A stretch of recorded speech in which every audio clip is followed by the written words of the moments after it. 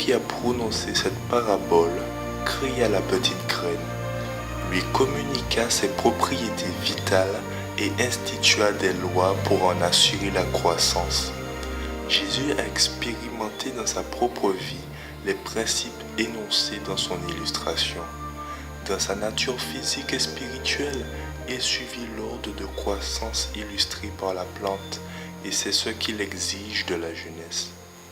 À chaque période de son développement, il fut parfait. Il possédait la grâce simple et naturelle d'une vie sans péché. La parabole de la semence nous montre que Dieu est à l'œuvre dans la nature. La semence possède la vie et le terrain détient une puissance. Néanmoins, si une force surnaturelle n'intervenait la nuit et le jour, la semence resterait infructueuse. Toute semence croît, toute plante se développe par la puissance de Dieu. La germination représente le commencement de la vie spirituelle. Le développement de la plante est une belle image de la croissance chrétienne. Il en est de la grâce comme de la nature. Il ne peut y avoir de vie sans croissance. La plante doit grandir ou mourir. Le développement de la vie chrétienne, de même que celui de la plante, est silencieuse et imperceptible, mais constant. À chaque phase de son développement, notre vie peut être parfaite. Cependant, si le dessein de Dieu à notre égard s'accomplit, il y aura progrès continuel.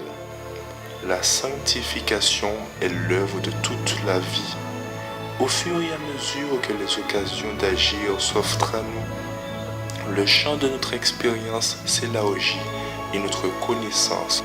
Nous devenons plus forts pour porter des responsabilités et notre maturité est proportionnée à nos privilèges.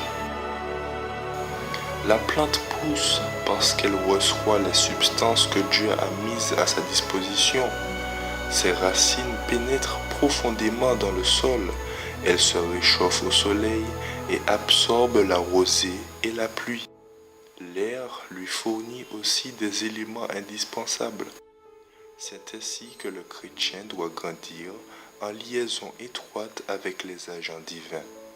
À l'exemple de la plante, plongeant ses racines dans le sol, nous devons nous enraciner en Christ. Comme elle reçoit la chaleur solaire, la rosée et la pluie, il faut que nous ouvrions nos cœurs à l'action du Saint-Esprit.